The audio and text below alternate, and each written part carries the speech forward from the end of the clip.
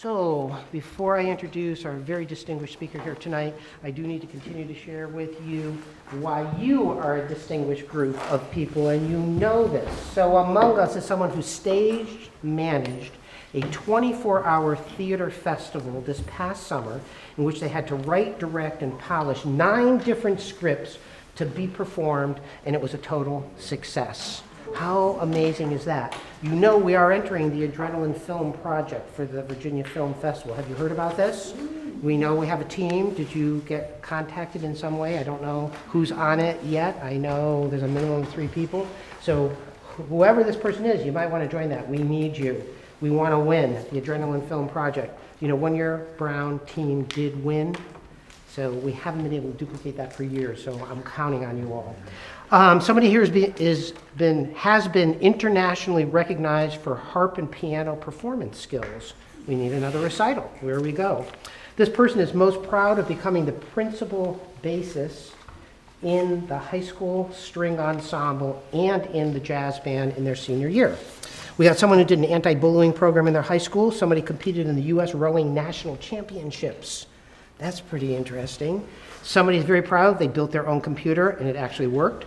Somebody survived jumping off a 16-meter high cliff, do the math, into a plunge pool, and they lived to tell me about it. And they're very proud of this.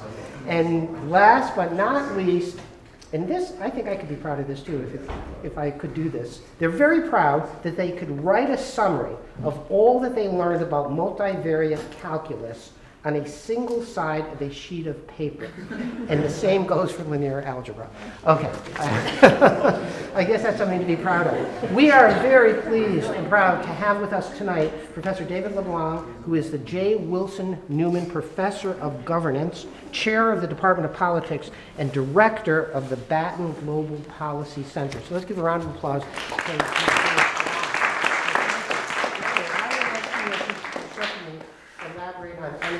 Sure. Okay. So I could tell you more about that. I could also tell you the things that I am proud of, but they will probably come out during this conversation and this discussion. But I have some questions for you as I get started. So let's assume for a minute that I don't know a heck of a lot about why you all are here. All right, and let's assume further that the only thing I know about Brown College, aside from coming here about 15 minutes ago, pardon, is that I was on semester at sea with Professor Thomas Hunt. So let's just assume that for a minute, all right, so that I can get a good sense of the kinds of things that you all are interested in hearing. Why don't you all tell me, at least a few of you, why you are in Brown College, why you are, and the second question I was going to ask is why you are in this class, but the answer to that might be because you have to, and that's a very reasonable answer, right? But so tell me, why are you all in Brown And that's not a rhetorical question, okay? So I have no discomfort with silence, so I can just wait. Yes, sir. All right. So it's just like the catchphrase was for the interesting and for the interested, and so I guess all of us just thought that we would like to be in a place that was as creative as it valued intelligence. So. All right, so kind of when, as the academics talk about, we talk about soft skills and hard skills, right? So we're analytical and we're creative on different kinds of dimensions, right? Is that, yes, ma'am? So I had 2 siblings, stay in Brown College, so I was familiar with it before I came here, and a lot of what drew me towards it was there's this huge emphasis on the community and how people are so connected and close, and it's actually even in the short time that we've been here, I'm sure that a lot of the people will agree with me when I say that we've become a second family. And this is a true thing. We've always said that about high school friends and everything, but it's really cool to have this close-knit community that even if I'm not going home for reading days, I already feel like I'm at home when I'm with them. Wow, that's so nice. I really, wow.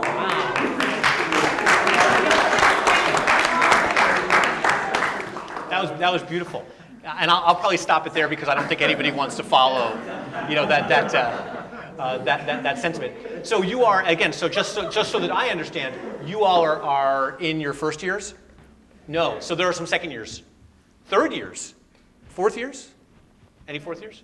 Third years? Yeah? Second years? So you can be part of Brown College through your entire UVA experience? Oh, that's kind of cool. All right. And I'll ask you one last question. Again, this is very educational. Do you apply, do you already, well, no, there are first years here, right? So you can apply before you've set foot on grounds, right? That would be a dumb question because I just answered it. All right. So I only arrived at the University of Virginia 7 years ago. All right. So I'm in my 7th year. I am chair of the Department of Politics, which I don't need to tell you, but I will. It's the best major on grounds, all right? And I have data to back it up. We are the single largest major in the College of Arts and Sciences. We have some 926 majors, give or take, however many added or dropped, interchange majors today, all right? Within the Department of Politics, we support any number of different programs. So we have 2 majors. We have a major in government and a major in foreign affairs. All right. The major in government tends to emphasize American politics and political theory, and the major in foreign affairs tends to emphasize international relations and comparative politics. Okay. Within that department, we support a number of programs. Some of you, are you all familiar with PST, the Political and Social Thought Program? That Michael Smith runs, that is run through the Department of Politics. The program on, I think it's philosophy, politics, and law, although it might be politics, philosophy, and law. Political philosophy and law. Policy, so don't tell Colin Bird that I messed that up, okay?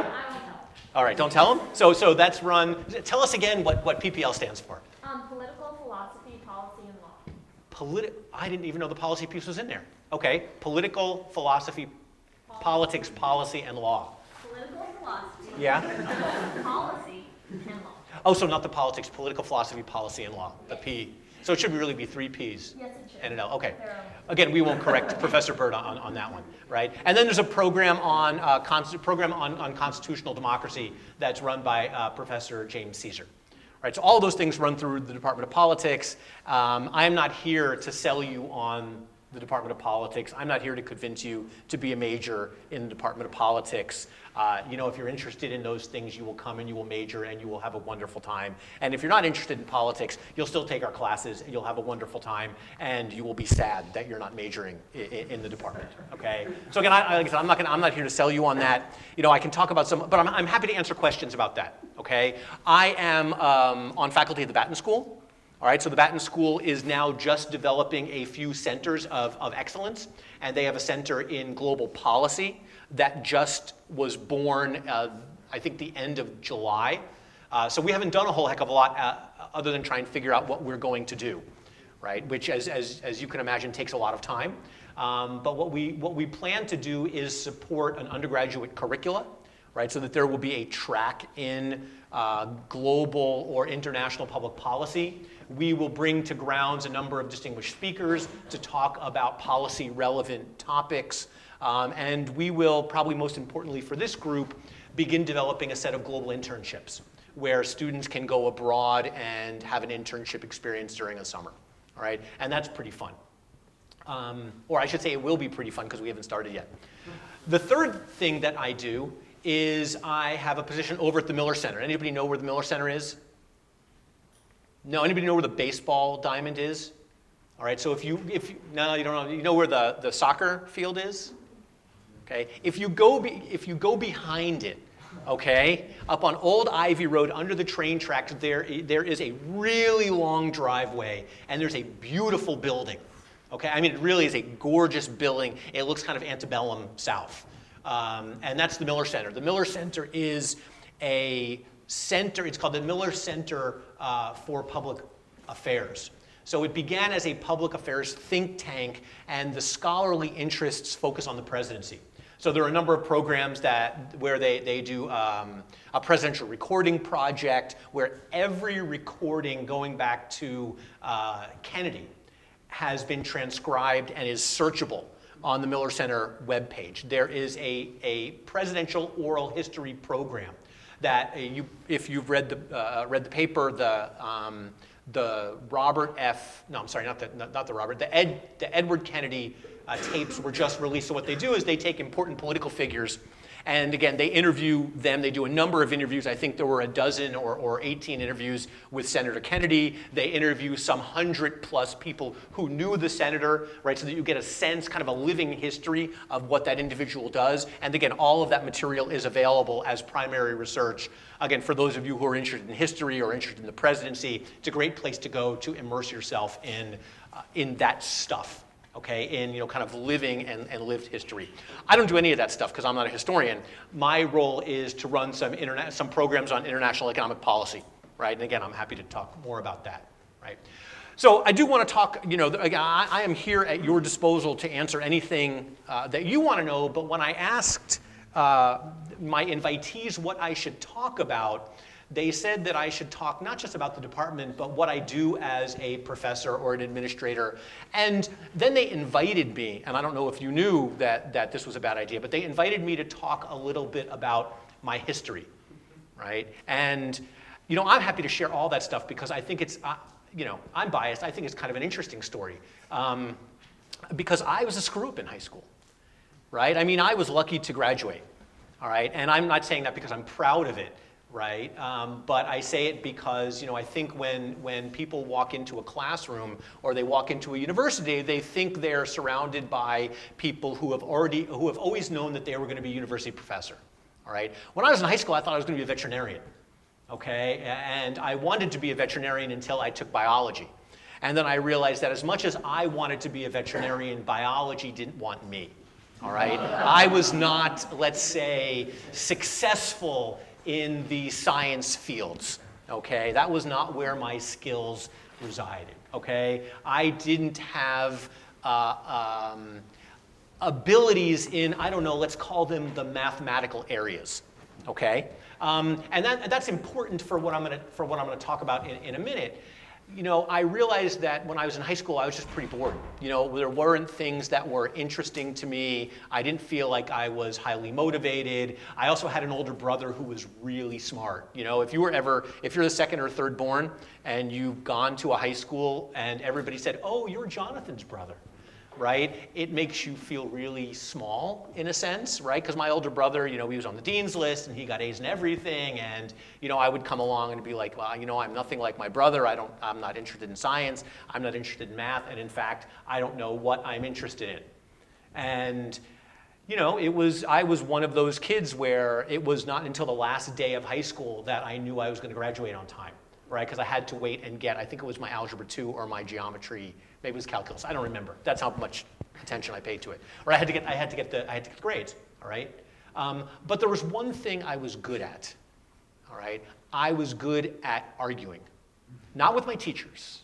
All right, because I wasn't that engaged. But I fell into when I was in 10th grade. I walked into a meeting of the speech and debate club, and I thought, okay, this could be fun. My parents have always told me that I argue a lot, right? Maybe this is something to do.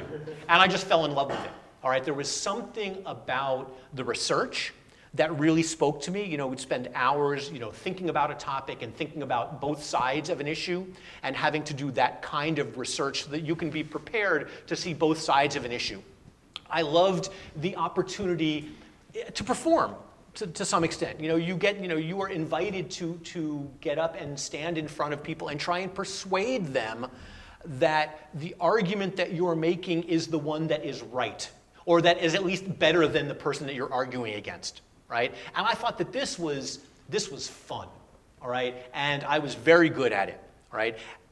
On the other hand, I was very good at it, and I put all my time into it, and I didn't put my time into my studies. All right, so I was very lucky to graduate college. I was even luckier that I got a scholarship to go to the University of Miami to do debate. All right, and they didn't, it wasn't a hard school to get into, so my grades were good enough. And I went there to do debate, and it was at that point where I realized I needed to figure out what I was going to study. Right, and I did something that I've not heard anybody else do, because whenever I talk about this experience, they say, "Oh, that's kind of interesting." When I decided what I was going to major in, I did it by going to the bookstore. all right, and wandering around the book room and seeing what books looked interesting, which seems, as I say it, that seems really stupid, right? But at the same time, I knew myself well enough to know that I'm only going to do well in a class if I was interested in the material. And what's the best way that you can figure out what that material is you go to the bookstore, right? And you said, okay, you know what? I have to buy these books, and I have to buy these books, and I have to buy these books, right? And it was great because I took philosophy classes, and I took political science classes. I took probably my favorite class as an undergraduate was a class called the History of Rock and Roll, which to this day has probably been the class that serves me the best. You know, when I can talk to my kids and say, you know, let's talk about music and where it comes from and what the origins are. And you know, my son, he's 13, he always wants to know, well, you know, were you interested in this because you're a political scientist? And I thought, no, you know, I never really thought about, I always thought about the moments that the music came out, but I never put it together with the politics. I put it together with the evolution of the sound and how the musicians are responding to the musicians that came before them, right? And again, I figured this out by, you know, all by going and buying books. Okay, which meant that by the time I was supposed to graduate, I hadn't taken my biology class, I hadn't taken my math class, I hadn't taken, I needed a geography class and an astronomy class, you know, so I'm a senior and I'm sitting in all these freshman classes because I had just never bothered taking them. And I was in class for, you know, I was in college for an extra summer session, you know, because I was like, all right, I need to graduate. Right.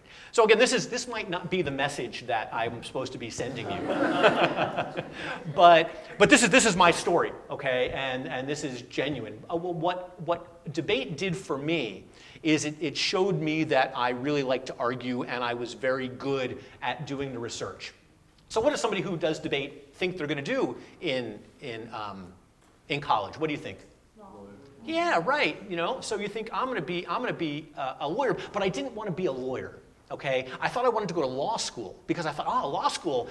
This is going to date me, but there was a show on TV called The Paper Chase. I don't know if you've ever heard of it. If you haven't, it was a great TV show. It was a movie, and all it did is it showed kind of the Socratic method going on in a law school classroom. And I thought, this looks really fun. You know, I want to be that law professor, right? Because all you do is you teach by engaging in argument. And I thought, how extraordinary would that be? All right, so one summer, the summer before my senior year, I got a job in a law firm. All right, it was the firm that had done some business with, my dad was in advertising, right? So with his agency, and I thought, oh, this is very exciting. You know, I'm gonna go work in this law firm.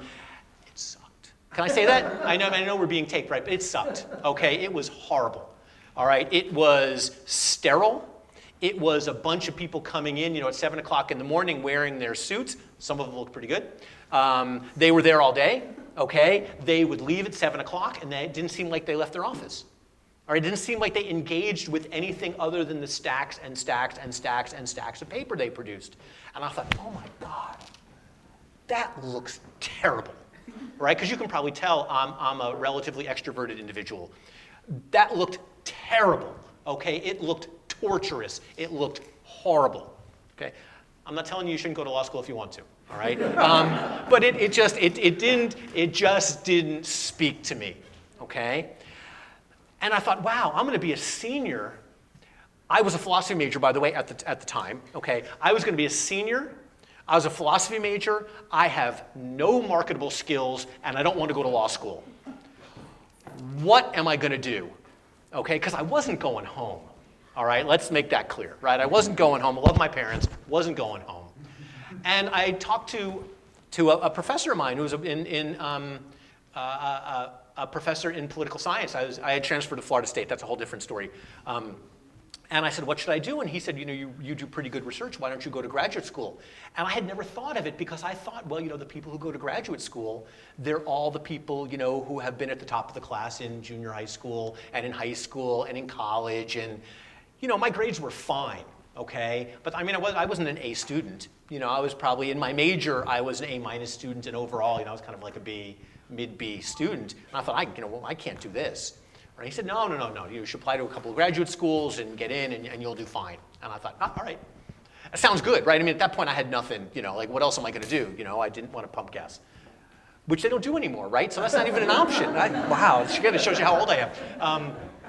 So I applied to a couple of graduate schools, and I got into a few of them.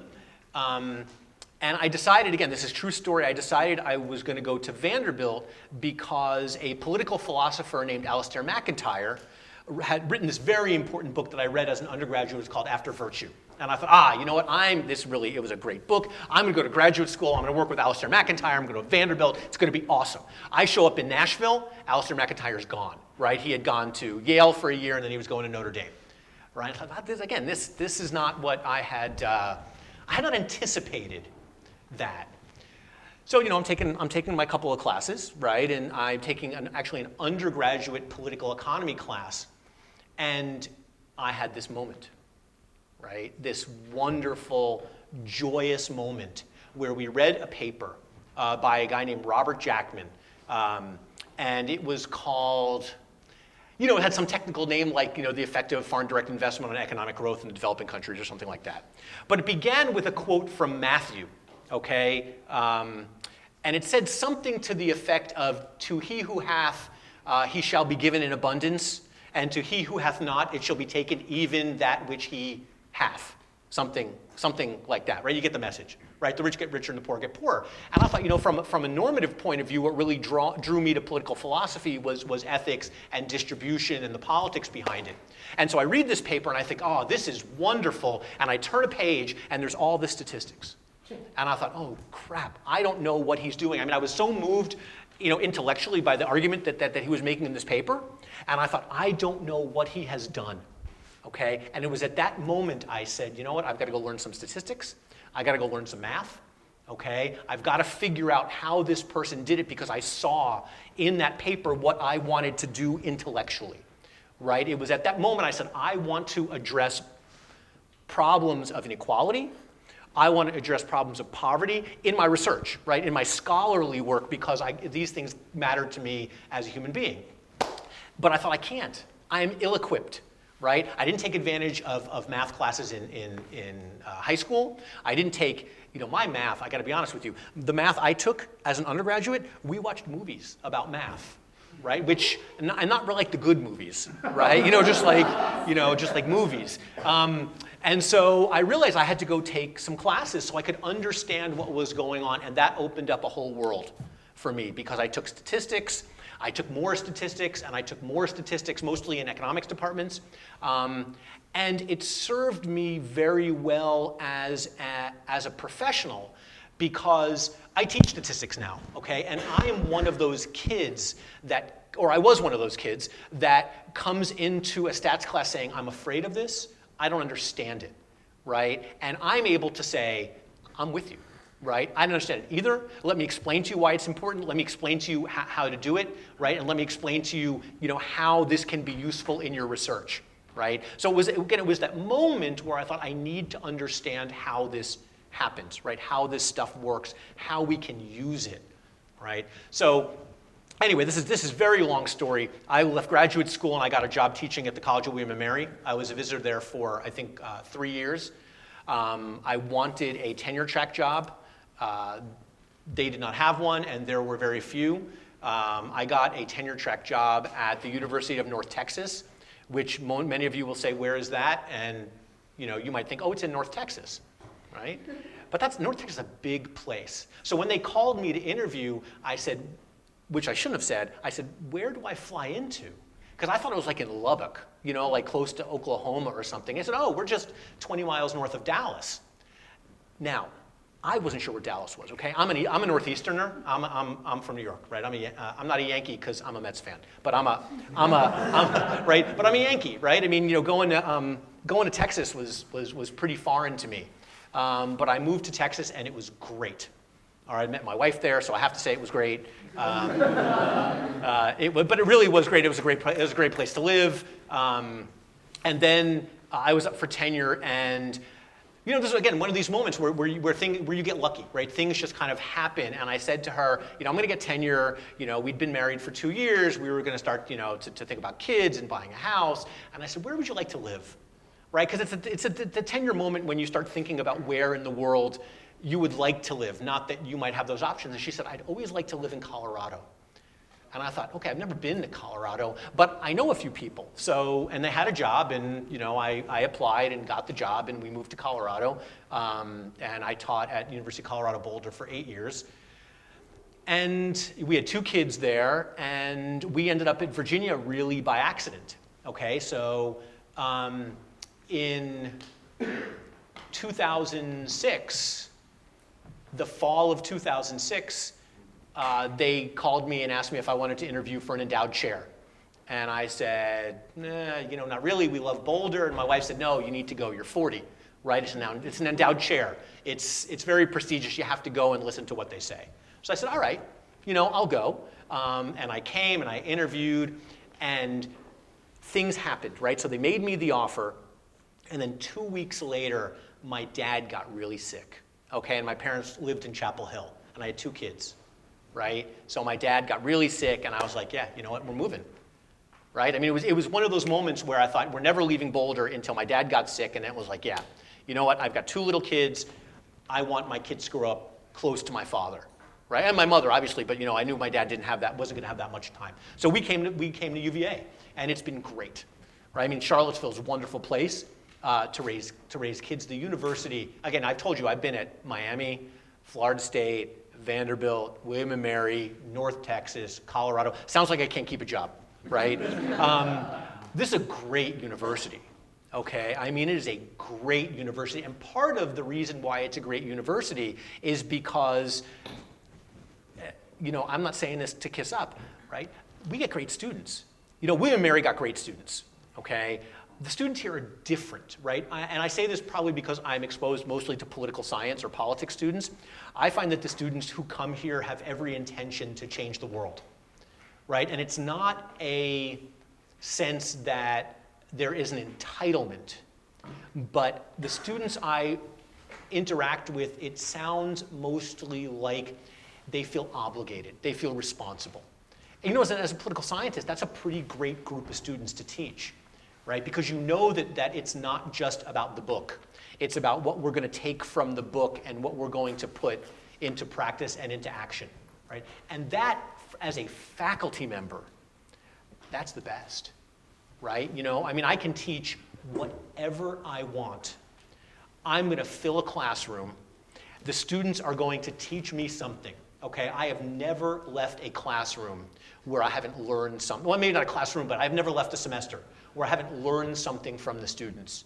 Whether that's reading an article in a different way, whether that's thinking that, I didn't include topic X on my syllabus, and I had good reasons for it, but guess what? The students really wanted to talk about that, okay? That's a marvelous experience, right? It is a marvelous experience. If you have opportunities to convince your faculty to add material, or if you say, look, can we talk about this or this, I would be hard-pressed to imagine that a professor would tell you no, right? I'll give you an example. I did a pavilion seminar. I don't know if you're familiar with these. If you ever see a call for a pavilion seminar, you should take them, okay? They are small classes. They're offered in the spring semester. They are students that are handpicked by the professor. All right, and I did one in the spring of 2012 that was going to be on global migration, which is what my area of interest and scholarship is on. And I picked 15 students from across the college, different majors. I think I only had one political science student, and I sent them a reading list and a syllabus before winter break. And I thought, these are very motivated students. I'm going to give them some homework before Christmas. It's the kind of, why not? Let's see what can happen. Barack Obama got reelected in 2012. So this is spring of 2013. And in his inaugural address, what he said first and foremost was that he was going to try and get comprehensive immigration reform through the Congress. And I thought, well, that's kind of cool, right? When's the last time we've seen comprehensive immigration reform? It was 1965, before I was born. All right, so I said to the students, I said, what do you say? I said, we've signed a contract. I've sent you a syllabus, right? We're going to do global migration. But what do you say we follow the legislation, right? I'm no expert in American politics. I don't know barely anything about American politics. But what do you say? We kind of go with this together, and we look at the interest groups, and we look at congressional testimony, and we figure out what happens with immigration politics, not policy, in the United States. And that's what we did. and it was a blast. Right? I mean, because it was student run, it was student oriented, it was student centric. You know, the students said, yeah, we want to do this, right? Let's run in this direction, and we ran. And I got to tell you, it was probably one of the most fun things I've done in the classroom, right? So, you know, one of the things that is an opportunity for you all is to, and I think Professor Thomas Hunt asked me this. She said, one of the things to address is to talk to the students about how you all can lead, even as first years. I think part of it is to just be a presence, you know, and I don't mean in the classroom, or just in the classroom. You know, one of the things that frustrates me the most as a faculty member, okay, and I'm difficult to frustrate, all right? I am not, you know, people say that, you know, they're glass half full or glass half empty. I'm like a whole glass full guy. Okay, but what frustrates me is when students just sit there passively, kind of like you're doing right now, although, you know, there's been some interaction. If only because I know there are things you're interested in, right? I know there are questions that you have. I know there are things, you know, if this is a regular lecture class that I'm talking about that probably are not clear to you. I know that, okay? And it frustrates me because this is the opportunity, right? This is the opportunity for you to learn. Right? And learning doesn't occur passively, right? Learning occurs actively. It comes from engagement, okay? So, you know, I can be doing something in a stats class, right? And I know the students don't get it, but I don't know how to get that across to the students until they tell me what part of it they don't understand, okay? Or if we're talking about international economic policy or, you know, anything, you know, we talk about migration quotas or we talk about, you know, all kinds of things. You know, sometimes, you know, I might need to use examples. Sometimes I might need to use an example that's more relevant to the student. Sometimes I need to think about getting at that question a very different way, right? So to me, that's fun, right? I mean, teaching is, again, it's fun, right? I do this for a living, right? This is my profession, right? It's my avocation. But again, what frustrates me and I think is lost on students often is that they don't take the opportunity to ask questions, right? To engage with the person who's there. And look, it could be because you're not interested, and that's fine. But I'm doubting that that's the case for everybody in a classroom, or that's the case for you all the time, right? I will say one more thing, and then, you know, this is an invitation for you guys to ask questions, right? And then you'll feel really bad and awkward if you don't. You know, people often say there are no stupid questions. Okay, sometimes there are. All right, and usually the stupid question has to do with, like, you know, what's on the syllabus or what we're supposed to read. Those are stupid questions, okay? But in terms of the substance, you know, they're not stupid questions because if somebody asks me a question that I think is obvious, it is my responsibility to make sure that you understand that material, okay? So that is not a stupid question. Remember, we're in the business. It is our job, right, to make sure that you leave the classroom having learned something. Okay, and quite frankly, I don't care if it's the stuff in the book, right? I care that it's something about the world that you will take with you after you leave the University of Virginia or after you leave my classroom, right? Because I may never see you again, but I'm hoping that you leave and you say, oh, you know, I thought about this a little differently, right? So I will stop there and hope that there are some things that I can address for you, right? If not, I'll be really embarrassed, right? And that will hurt my feelings. Yes, sir. Okay, so like you seem like a really great educator and everything, and like you talk about like the fire in like your class, or it sounds like that there was like a fire in this path class that you taught, or sorry, in like the spring seminar class. Yeah, pavilion seminar. Yeah, okay. And it's just, as a student, like I know that sometimes even in a class that like I feel really passionate about, like it's something that I really love doing, that still gets really hard sometimes, and you feel unmotivated and things like that. So do you have to keep your students, like how do you motivate your students, I guess, or how do you spark their own motivation? I think sometimes, you know, sometimes it's really difficult, right? I mean, in a small class it's easy because by week 3, you know, if I've got a seminar of 15, even 20 students, you have a relationship with that class. Right? You kind of know, and you can get the feeling of what's going on. With big classes, you know, sometimes you're just going through the motions because, you know, in a 200-person class, you know, I don't know what the heck's going on, right? But I will always begin every class by asking if there are questions, right? And we will take sometimes 40 minutes answering questions because, again, my job is to make sure that I can weave the material into the questions, into the answers that I am providing, right? If I don't have to use my PowerPoint or my notes, in fact, look, I wrote up notes, right? But I haven't looked at them, right? And that's, for me, that's great. That's success, okay? Because I haven't had to rely on them. If I have to rely on them, that indicates that I need something to motivate myself to engage with you. But it's hard. Look, we recognize you guys are taking 5 classes, sometimes 6, sometimes 4. You're doing all kinds of things. And that there's stuff going on, right? I mean, there's stuff going on outside of class. And sometimes we forget.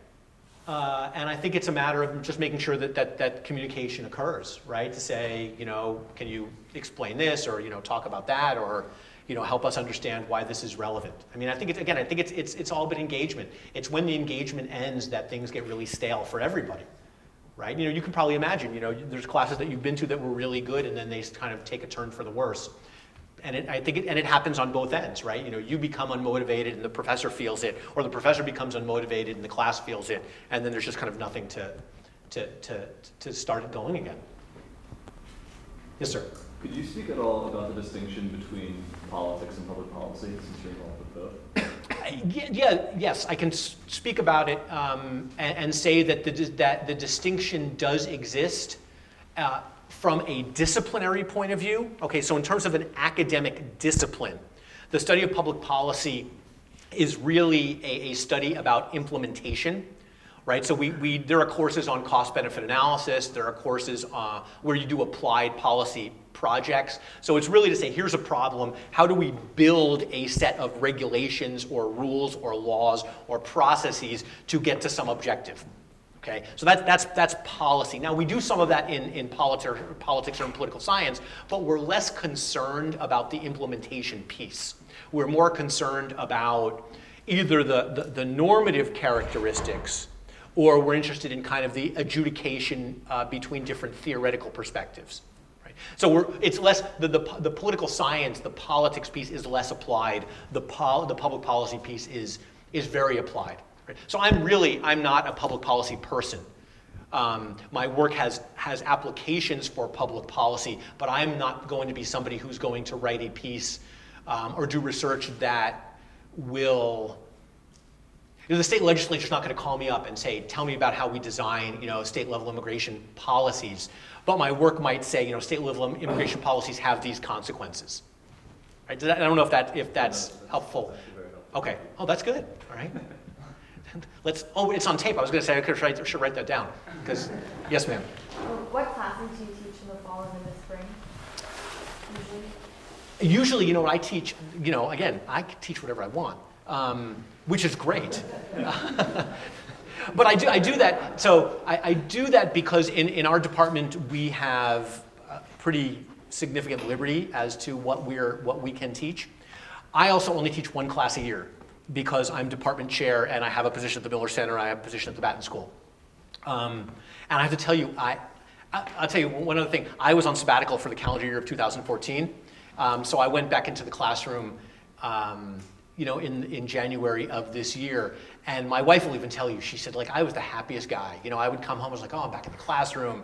So much fun, right? But that's not what you asked me.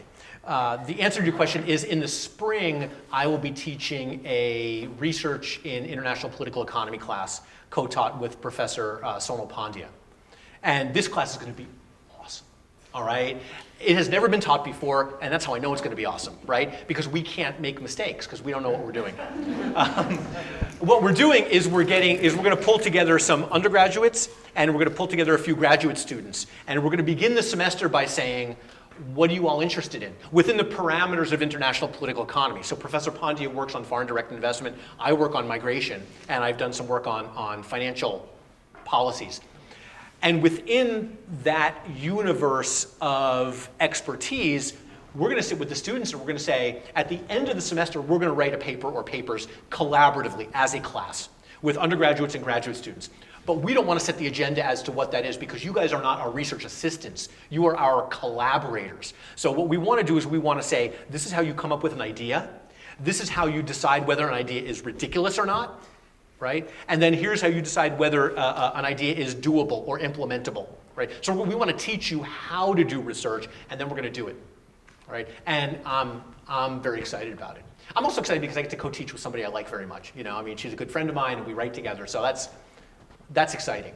But it's exciting, you know, to design a class where you can get the students involved in research. That's, like I said, that's a lot of fun. Anybody else? Yes, sir. Sorry, what level is that class? That would be a 4,000. Oh, okay. So you know about Sorry? Okay, no. So first years can't take it, probably. No. And no disrespect, right? But not yet. I mean, we're going to ask that students have a stats class, and you know, you need to have some prereqs in order to. You need to be able to walk before you can run. Let's put it that way. Yes, ma'am. So would that technically be an econ or a politics class? It's going to be a politics class. I can sign you up right now. No, I'm just kidding. I don't think I have the app on my phone. They make an app for that? No, you know, I bet by Monday somebody will have an app for that. You know, oh yes, sir. This is kind of off topic. You mentioned your favorite class was the history of rock and roll. So Yeah. I was curious what your favorite rock band was or is and why. So I mean, I have an easy. This might sound like a really pat answer. I'm a huge Bruce Springsteen fan. I mean, I can't. I don't deny it. I mean, and I should say that the more I hear the music, the more it speaks to me, and maybe it's because I'm getting older. You know, but like, you know, the different songs, like, you know, like now Racing in the Streets, I kind of understand what he's talking about, whereas, you know, when he played it, you know, live when I was a sophomore in college, I just thought, oh, this is awesome, right? But now I kind of relate to the words. Yeah, I mean, I like the music, and it's also the first rock concert I ever took my son to, right? So it's kind of very emotionally, I feel really kind of emotional about it because I shared that experience with my son. Now my daughter, she doesn't care for Mr. Springsteen, but she will listen. We had an agreement when my kids were young. My wife played, you know, like kids music to them in the car, and country and western because she's a Texan, and I played them Springsteen and Sinatra because I thought they need to be well-rounded, you know, in lots of dimensions. So, you know, we kind of balance things out that way. Yeah, like I said, happy to share. I did, after my sabbatical, I came up with my top 5 Springsteen songs of all times, which we can share later on if you want. I'll mention, you know, let me mention one other thing, right? If you guys want to get involved, right? There are lots of faculty all over grounds who are looking for undergraduates to be part of research projects. The vice provost for, I don't know if he's for academic affairs, his name is Archie Holmes.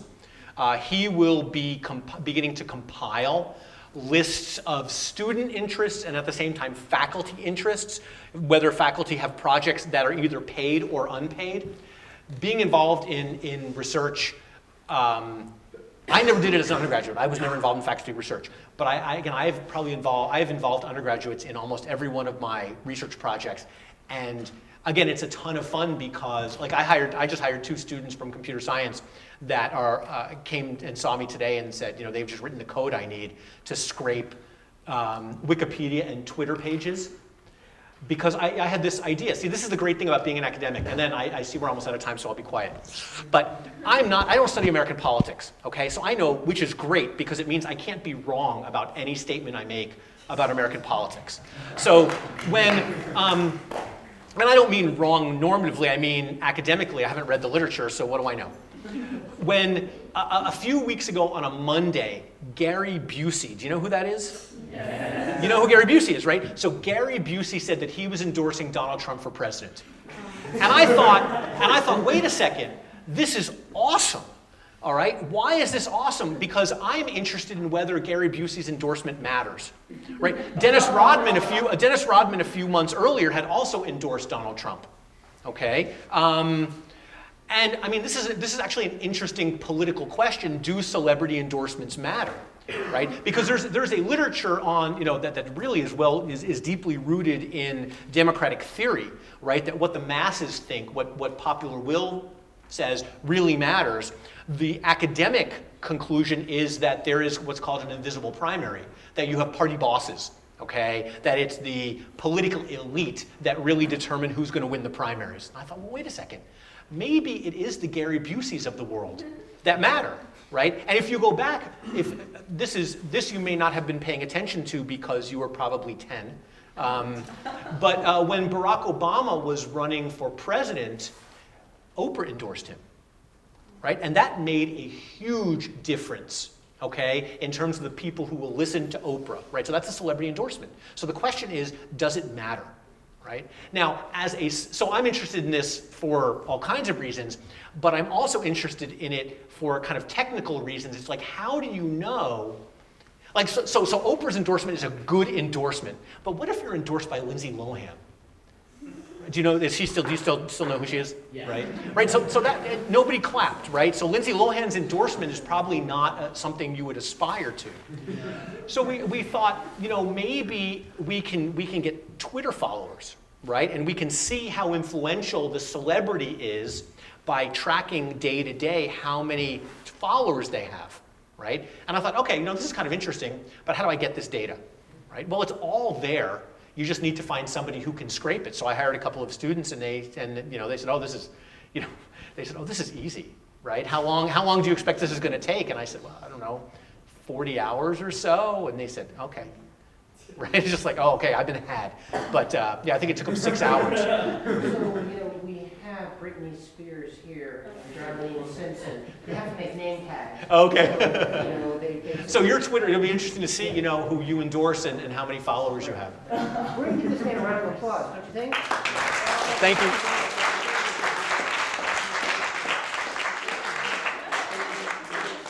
My duty and honor to present you with the official Brown College mug. Please enjoy That's it. awesome. As you hold it in your hand, think of us, and we look forward to having you come back and speak with us. Thanks very much. You've given folks a lot of tips, a lot of good advice.